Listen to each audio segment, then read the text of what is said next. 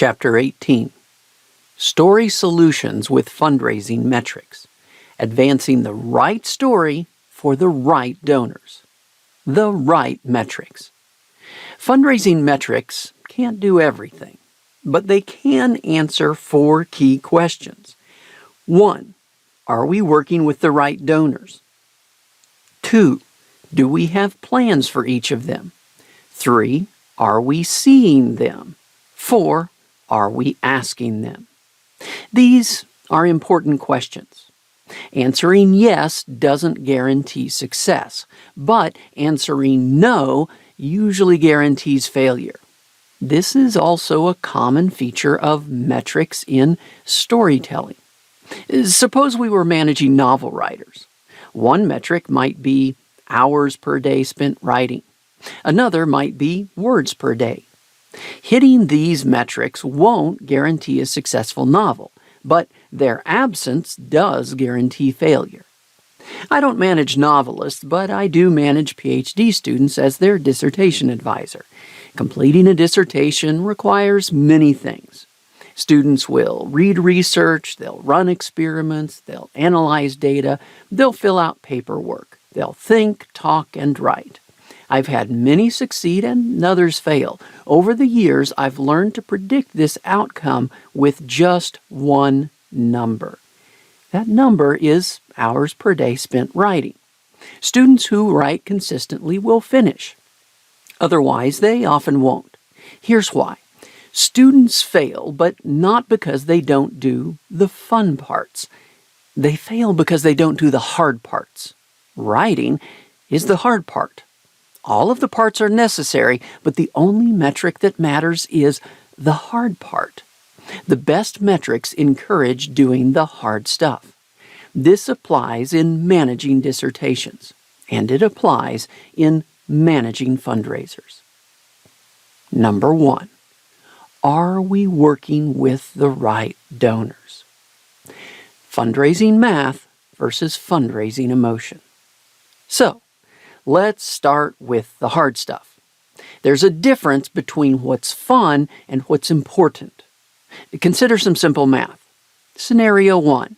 You spend the next 2 years working with 100 donors.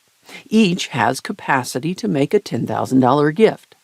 Interest in giving is high. Each has a 75% chance of making that gift. Scenario 2. You spend the next 2 years working with 100 donors. Each has capacity to make a $1 million gift.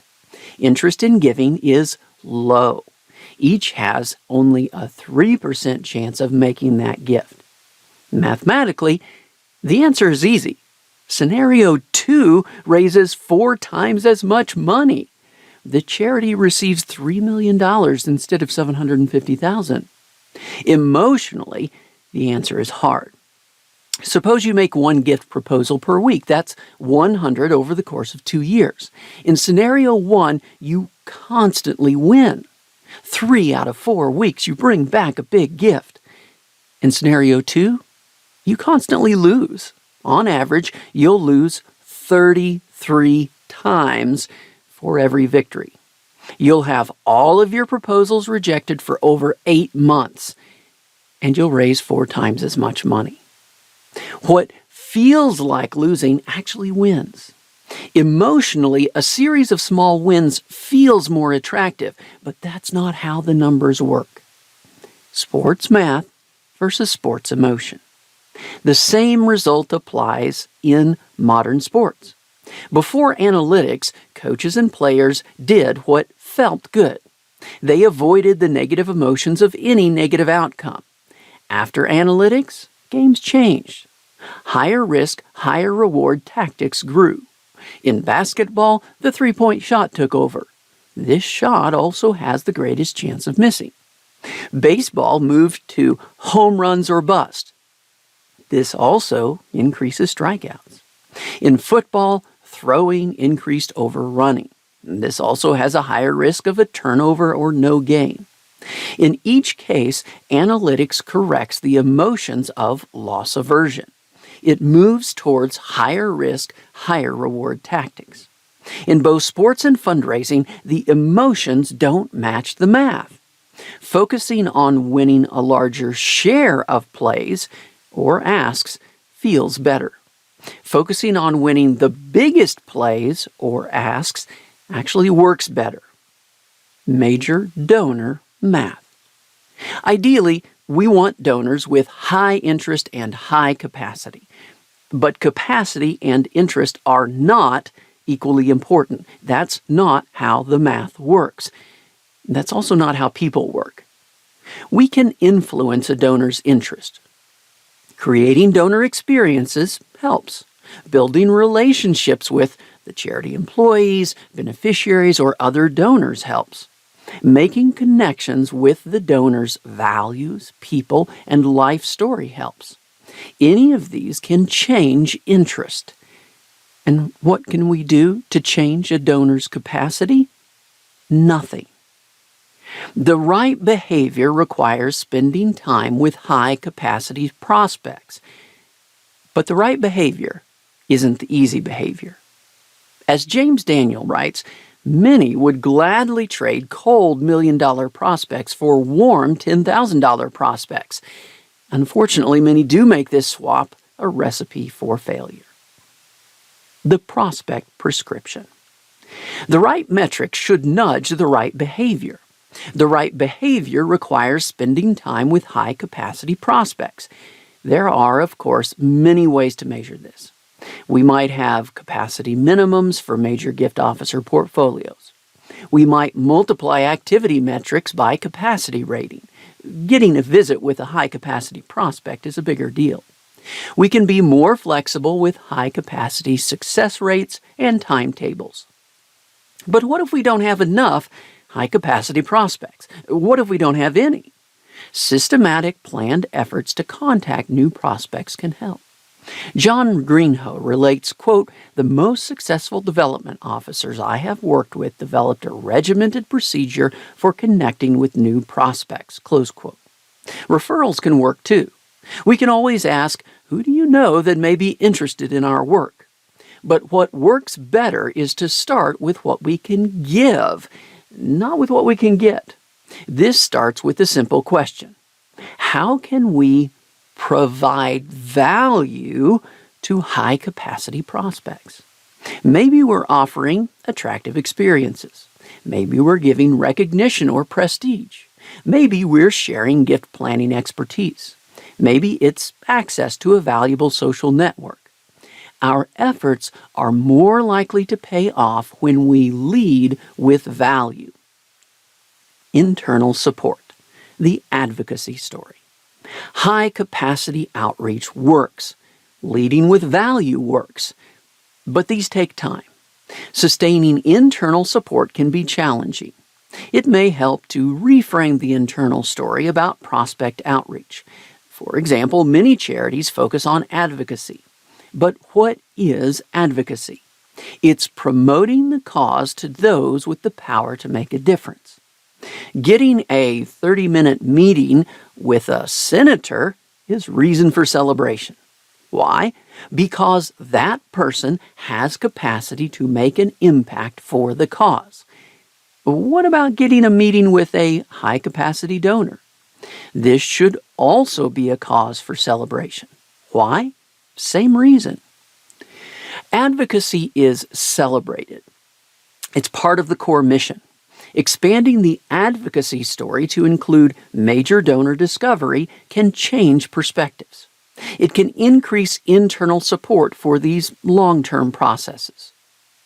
Do we have the right legacy prospects? With legacy giving, the hard stuff gets even harder. Wealth is important in giving. It's even more important in legacy giving. In annual giving, a low-wealth donor can make substantial contributions. In legacy giving, he can't. In annual giving, the value of small gifts can accumulate over many years. In legacy giving, there's only one gift. The wealthiest 0.1% of all decedents donate 59% of all charitable estate dollars. Also, wealthy people give a larger share of their overall donations as legacy gifts. And it gets harder. Old age and end-of-life decisions dominate. Nearly 80% of charitable estate dollars are transferred by documents signed by donors in their 80s, 90s, or older. Most charitable decedents switched from non-charitable estate plans in their final 5 years of life. Charities also get dropped from plans. Among older adults, the 10-year retention rate for a charitable estate component is only 55%. Only 65% of Legacy Society members actually generate estate gifts. Part of the reason is this: about 1 in 4 Legacy Society members received no communications from the charity in their last 2 years of life. Why? Often it's because charities communicate based only on recency of donations. Charitable decedents normally stop donating during the last few years of life. Who are the right legacy prospects? They are the oldest, wealthiest, childless friends of the charity. The money will come from just a few extreme donors. In financial terms, typical donors don't matter. For example, most estate donors leave less than 10% of their estate to charity. Taken together, these typical donors transfer only 3.8% of total charitable bequest dollars. Most money comes from the tiny fraction of donors that give 90% or more of their estate to charity. Given all this, common legacy metrics are simply wrong. This is a world dominated by statistical extremes. Only the outliers matter. Yet charities typically count every donor as one. A $10 million planned estate gift from a childless 95-year-old? That's one. That's one Legacy Society member. A 25-year-old adding the charity as a death beneficiary on a new bank account? That's also one. One Legacy Society member. And it gets worse. Getting a new Legacy Society member only starts a process that might eventually lead to money. These are, after all, highly fluid decisions, especially near the end of life. But fundraisers are rewarded only for starting this process. They get no reward for continuing it. And it gets even worse. Generating a new legacy plan counts as one. This may require months of working with a donor. Discovering a pre-existing plan counts the same. This requires a postage stamp on a mass survey. The legacy prospect prescription. Legacy metrics could be different. They could separate plan discovery from plan creation. They could also value gifts differently. Valuing an irrevocable estate gift is simple. One from a 55-year-old donor counts at 33% of face value, using a 5% interest rate. Multiplying again accounts for the risk of revocation. 33% of 33% is 11%. This revocable gift counts at 11% of face value. This approach can also reward maintaining relationships. Reconfirming the gift at 65 adds another 10% of face value. At this age, 46% of 46% is 21%. Reconfirming again at 72, 77, 82, 87, and 92 adds 10% of face value each time. This creates ongoing goals. It avoids a count it and forget it approach. Of course, counting new plans as one and done is easier. It makes life more fun. Fundraisers can just spend time with donors their own age. They don't have to worry about maintaining relationships until the end of life. They don't have to deal with old people attitudes, frailties, and family. They also don't need to worry about wealth or complex plans. A token gift counts the same as a massive one. Are the right metrics the answer in legacy giving? They can help, but other factors also matter. A charity's cause or culture matters. Some causes win because they're naturally in front of people in their 80s and 90s. Pets, cancer, healthcare, and hospice are normally winners. Others succeed with a culture that values visiting their oldest friends. They may be especially concerned for those who have no children visiting them. This works for legacy fundraising. Many universities never lose contact with their alumni regardless of their current donations. This also works for legacy fundraising. Others include legacy giving as part of their regular messaging. Again, this works for legacy fundraising.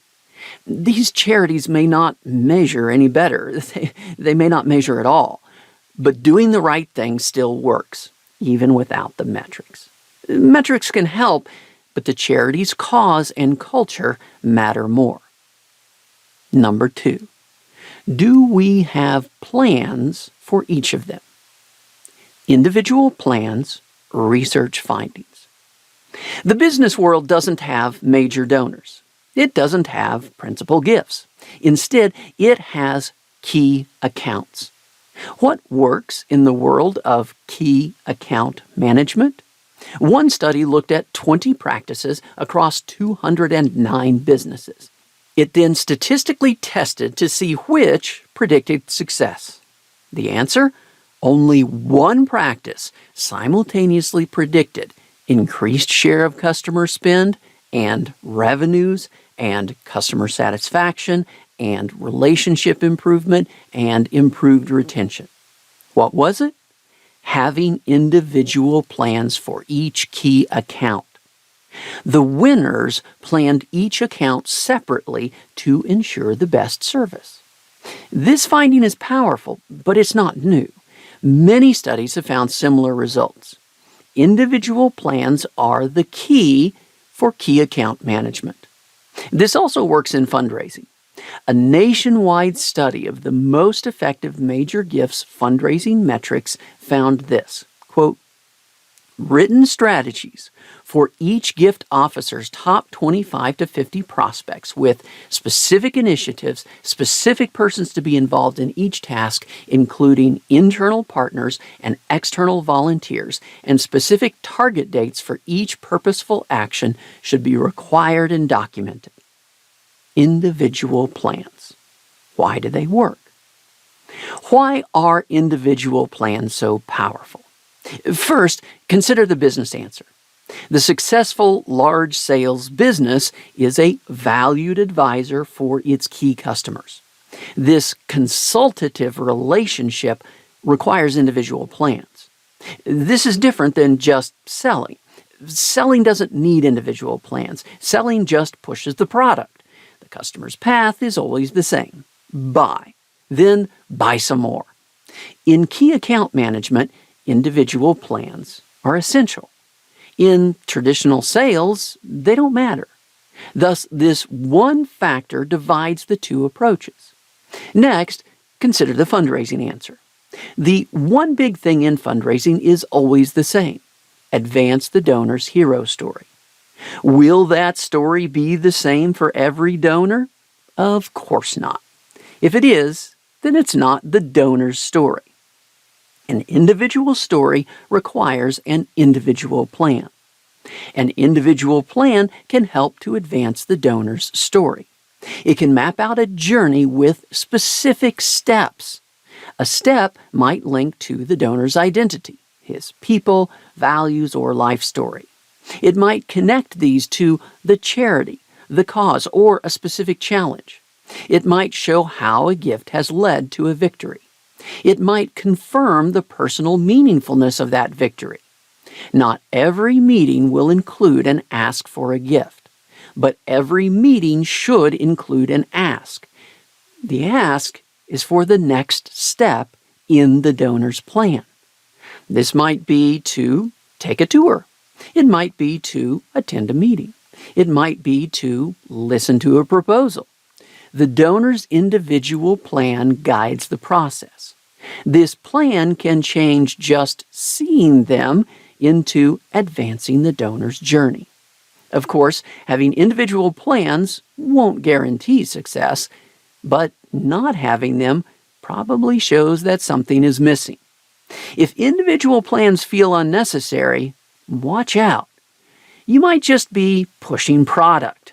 This is different than being the donor hero's guiding sage. You might not have the right prospects. Only high-capacity donors warrant individual plans. You might just be acting friendly instead of fundraising. Just talking doesn't progress towards a meaningful ask. Number 3, are we seeing them? An important start.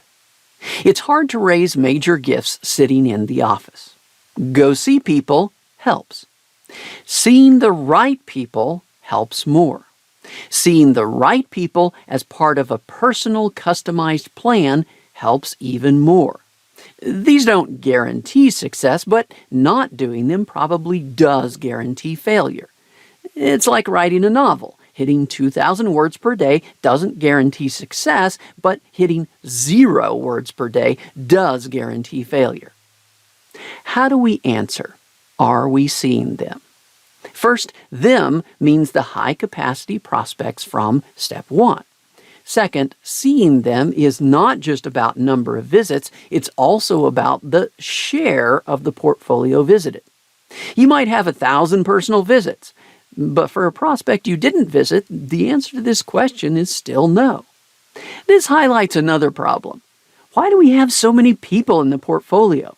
The answer is often bad metrics.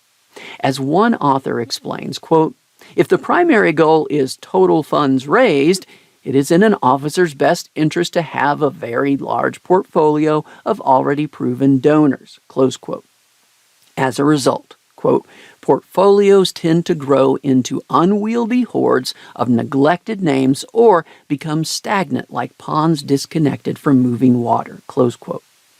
Having too many people in the portfolio can be a problem. It's a problem when it changes the answer to the question, are we seeing them? What do we do when the answer to this question is no? How can we fix it? There are 2 answers. 1, reduce or divide the portfolio. 2, see more people. Let's look at each option. Seeing them solutions. Reduce the portfolio. Major gift officers often have 125 to 150 donors in their portfolio.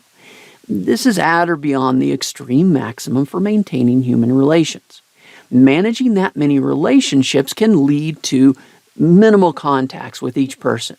Often, focusing more time on the best prospects works better. One way to do this is to make the portfolio smaller. Don't be afraid.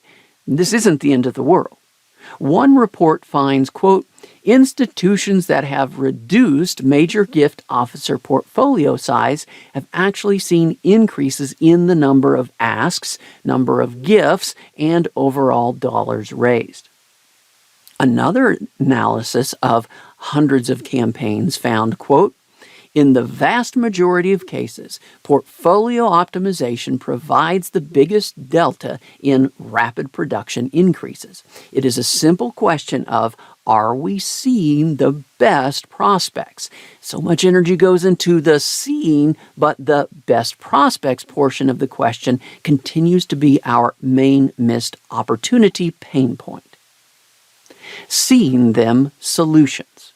Divide the portfolio. If a smaller portfolio isn't acceptable, another approach can work. Separate the portfolio into active and passive relationships. In active relationships, the donor is in cultivation for a gift. The individual plan is moving toward a time-targeted ask. The fundraiser must be visiting or at least regularly seeking visits with all active group participants. In contrast, the passive portfolio has fewer or no visit expectations. The donor gets special attention only if the donor initiates contact. The fundraiser is still available when needed. Responding to donor requests is still important. Taking advantage of chance encounters is great. Receiving unexpected gifts is wonderful. But these aren't the same as planned activities, and they shouldn't be counted the same. Actively dividing a portfolio is different than passively ignoring part of it. Dividing is planned. It's based on interest, capacity, and the individual donor journey. Ignoring is reactive. It encourages the easy meetings, not the important ones. Seeing them solutions. See more people. The question is, are we seeing them? We want to answer yes. One approach is to reduce the number of people who count as them. The them is limited to key high-capacity donors. Another approach is to see more of these people. How? More effective strategies for setting appointments can help. So can nudging fundraisers to prioritize visits. But usually, it is the manager's behavior that drives this number. What prevents fundraisers from hitting their visit goals? A study of 660 frontline fundraisers found the answer. Managers start with high goals. They wanted fundraisers to spend most of their time on major gifts fundraising, but few met these expectations. Why not? The fundraisers identified the barriers. 70% referenced other administrative work. 52% referenced team and program management. 46% referenced events. 43% referenced support to deans, units, programs. Another study found a similar result. One manager of a high-growth fundraising charity explained it this way, quote, "You would think I maintain tight oversight of my team, but in reality, I spend most of my time managing the organization so that my team can maximize their impact." Close quote. With competent and willing fundraisers, the biggest change will come from the manager's behavior. The manager's task is to protect the fundraiser from the endless array of low-value, internal, urgent tasks. The manager frees the fundraiser to go see them. 4. Are we asking them? Making the hero story ask. Asking doesn't guarantee success, but not asking probably does guarantee failure. Asking metrics are important because asking is hard. Metrics help focus actions on the hard parts. Asking is important. Making the right ask is even more important. The right ask will advance the donor's hero story. Every hero story has a call to adventure. It is a challenge. It will link original identity to a challenge, the challenge to a victory, the victory to an enhanced identity. This rarely happens with a generic shotgun-style approach to asking. It requires a planned, personal ask. Advancing a hero story requires a heroic call to adventure. A small, comfortable ask cannot fill this role. The heroic ask is big. It can be big relative to past giving. It can be big relative to other capacity measurements. One study analyzed nearly 1,000 gift officers. The top 20% highest producing fundraisers raised about 75% of the dollars. What was different about these special fundraisers? 2 of the factors related to asking. The study found, quote, the top 20% of officers tended to solicit gifts at the research capacity ratings. The bottom 80% tended to ask for about 40% of the capacity ratings, close quote. There was also another difference. This heroic ask was a planned step in a journey. It was part of a specific, defined process. The study explained, quote, top performers have a consistent time frame for managing the cultivation process, and the average was about 11 months. Lower performers either asked too soon for lesser levels or dragged out the process. It is best to have a consistent action path that leads towards solicitation, close quote. Other research finds, quote, stronger fundraisers go on more calls, yes, but they also ask earlier and make more ambitious solicitations. Asking indicators. The right behavior is to make planned, personal, stretch asks. Doing this works, but it's also hard. Asking for the small, comfortable gift is easier. Asking blindly without cultivation is also easier. Putting off the ask or avoiding it altogether is the easiest. Metrics can help. Too much time in cultivation can be a warning light. It can alert that the donor's story isn't advancing. Measuring asks relative to a capacity indicator can help. It can show if the ask is truly a heroic call to adventure. Asking for assets is also powerful. It can change a gift's reference point from disposable income to wealth. This makes larger gifts feel more affordable. It also allows for broader conversations. These can cover the donor's wealth and philanthropic goals. It can lead to deeper consultative relationships. Giving special credit for asset asks can help long-term fundraising growth. Tracking gifts closed is fine, but beware, asking to capacity won't have the same close rate as asking small. A heroic call to adventure is often met with an initial no, but a no handled well can still advance the story. It can show what is and what isn't important to the donor. It can lead to the next challenge. Team asking. It's easy to think of fundraising in one-to-one terms. A single fundraiser guides the donor. But it can also be a team effort. Different people can focus on different steps in the story. This can be more effective for several reasons. Advancing different parts of the story uses different skills. Reporting impact requires different skills than asking. So does delivering publicity or gratitude. So does building identity connections with the charity. These different skills can be a more natural fit for different people. They also have different wage costs. It's relatively easy to find people to manage donor events. It's much harder to find those who will effectively ask for money.